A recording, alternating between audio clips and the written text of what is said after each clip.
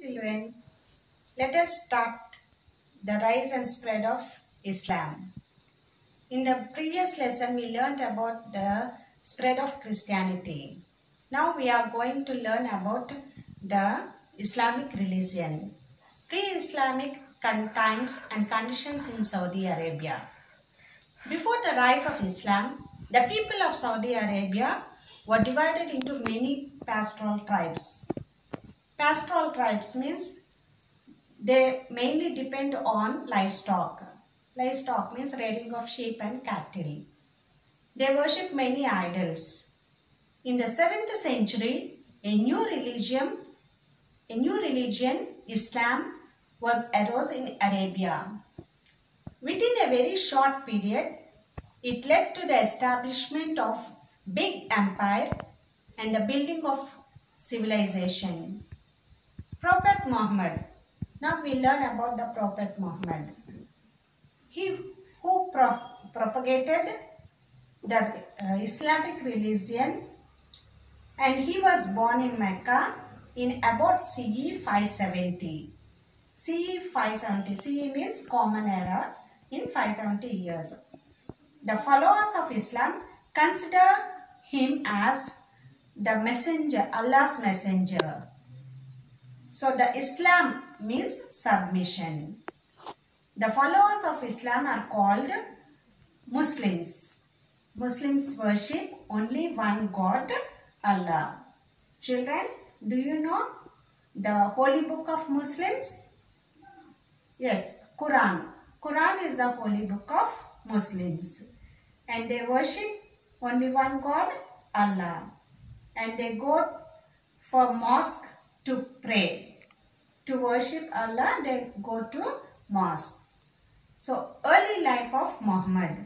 In CE 610, Muhammad has his spiritual experience and became a prophet. Prophet means the messenger, the one who delivers the messages of Allah.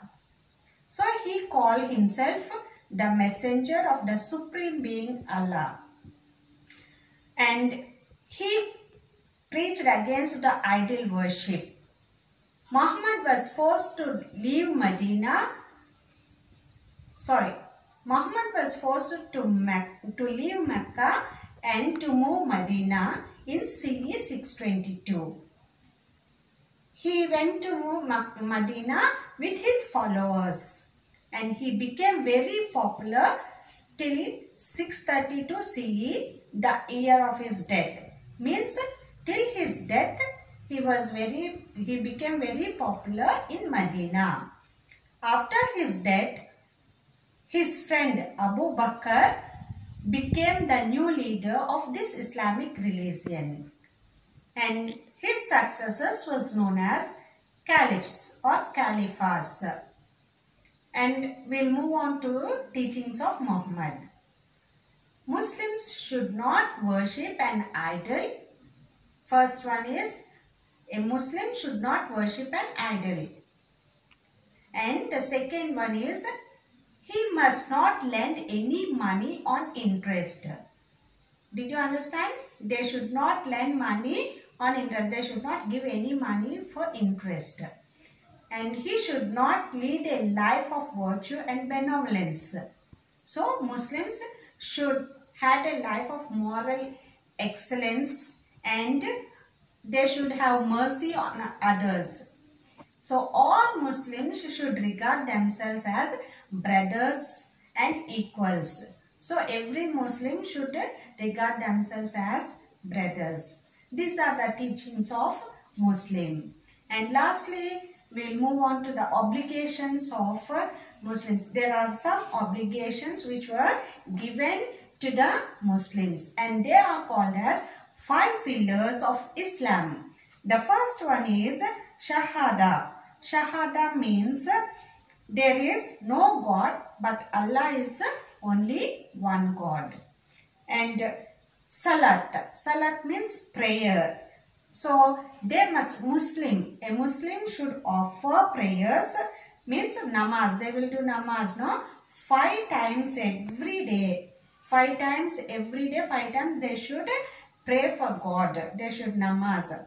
And on Fridays afternoons in the mosque, compulsory on Fridays afternoon, they should go to mosque to pray. And third one is zakat.